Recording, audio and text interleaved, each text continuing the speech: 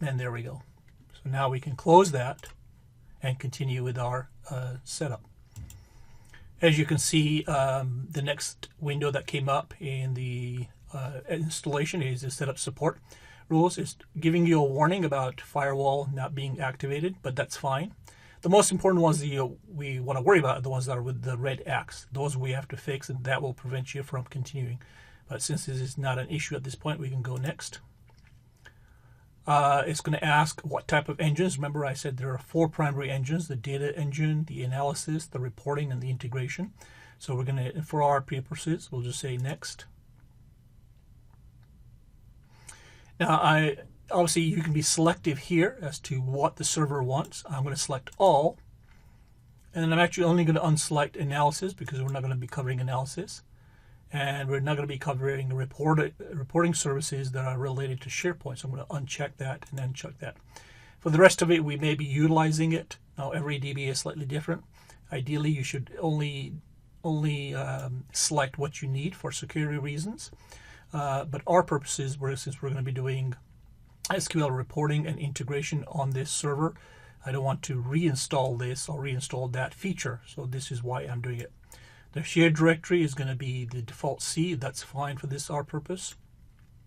These are the requisites, as you can see, and if there were any requisites that you needed to be done, it will show you what needs to be installed and configured first. Again, ours is fine, so we have a passed status. Go next. Since this is our first instance, it'll be defaulted to whatever the name is. In this, the default name is MS SQL Server, and I leave it at that. You can certainly change it if you wish. This is going to be the instant root directory again for the C directory, and we'll leave it there.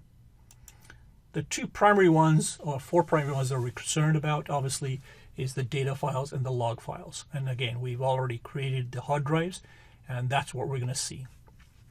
So as I've mentioned before, the setup for SQL installation is relatively easy, as you can see, and it's asking for disk usage summary, which is fine. We have adequate space. And now this is where we utilize those 2 service accounts that we did. So for the SQL service account for agent, click, go to browse, and that will connect to our entire directory in the domain controller. Now you can put SSMS and go check names, and it will, if it finds it valid, it'll obviously populate. But let's say if it didn't, you can go to advanced and type in, or go find now, and then scroll down and go SSMS, and that will do it also, and that's fine. Same thing with the data and database engine. I'm going to use the same service account. In this case, I'm going to put SSMS and just go check names and go OK. Obviously, we need to provide the password, so remember the password that you created. Obviously, that's very important. And one thing I want you to change is the agent status should be from manual to automatic. You want this because this is a critical thing that starts. The reporting systems we can put to manual, meaning it won't start. And the same thing with integration. We can manually start these at the service accounts, and the rest are fine. And the rest you can hear for the time being, you can leave as defaulted. But obviously, if you are utilizing reporting services, for example, let's actually use that and go here. I'm going to put SSRS. So now we have a different account for that particular engine, and populate the password. Same thing with integration. Since I created a user account, which is SSIS, and check names, and that's fine. So those we can populate. And now you see the main difference in installing SQL Server versus an SQL Express. And this is the proper way, the most standard way, the best practice way to install it, with having separate service accounts for each engine. Go next.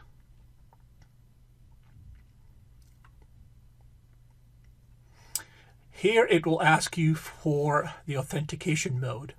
Now obviously the default mode is Windows, which means that the authentication of the user's password and username is authenticated by the operating system rather than SQL.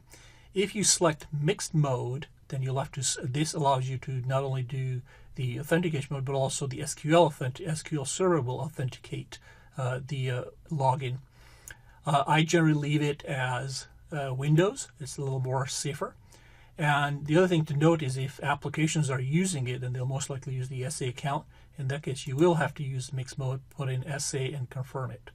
But for our purposes, we can just leave it as Windows authentication. SQL Server administrators have unrestricted access, so just take a note of that. You have to ask the current user, which is the administrator that I'm logged on as, and this is as a safety net. This person also is part of the SA group. Here's one of the most important things you'll be looking at, the data directories. This is the reason why we have created a domain server for our example, created separate hard drives, created service accounts for this reason.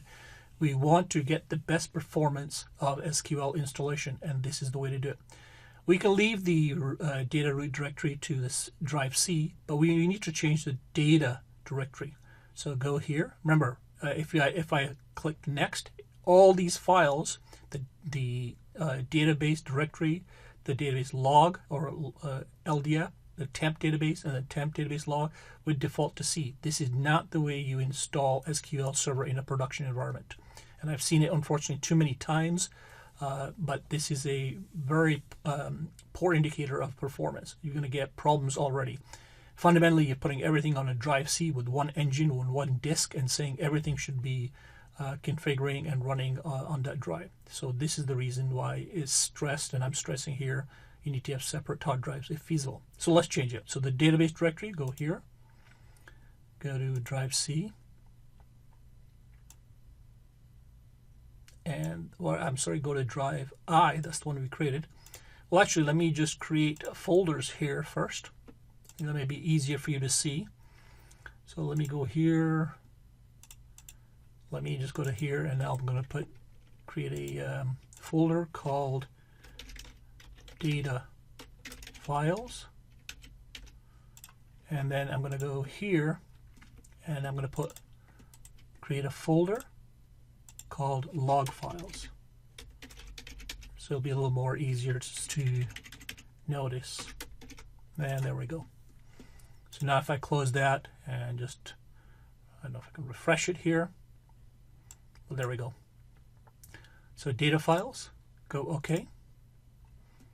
Go to your, click on here, click on, expand this, go log files, OK.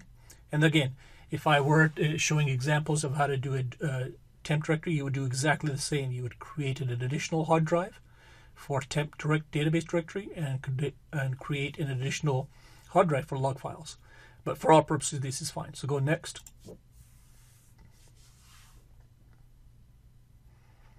It is going to install the reporting services, and since I'm going to be creating a course on reporting services, I'm going to leave that here. So I'm going to install and configure. You can install only and then configure later, but why do that? I like to just do it this way. I like to keep things simple as possible. Add the current user. So controller, just go next. That's fine on the C drive. Go next. Show details. And also you can see here immediately without even hiding the details here how many failed or how many warnings. But you can see everything passed. So that's exactly what we need and ready to install. So I'm going to go next.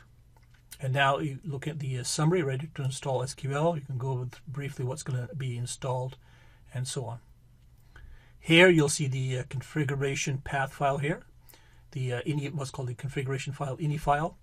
All these settings that I've done for this particular installations are in this particular file. If I wanted to install this rather than going through this GUI one by one, I can actually use this file, but I'll save that for another time. So now we're ready to install, and I'm going to click install. Now this obviously, as you know, is going to take a little while, so I'm going to stop the video, and when we get back to this, when it finishes, I'll come back and we'll go look at the status of a successful SQL. So I'll be seeing you in 1 second. And as you can see now, the file is being completed. So we have an installation completed with everything succeeded. So we can now close this. Let's expand that. And now we can close this. And there's the log files. And there's the data files folder. And as you can see, it's already been populated with the report server. And what we're going to do now is just to validate that when you create a database from scratch, that the data files populate this drive, and also the transactional log files are populated in the log file. So these are separate drives. So let's just test that. So now let's just go to Start. Oops. Go to Start and double click SQL Management Studio. We can close the Server Manager.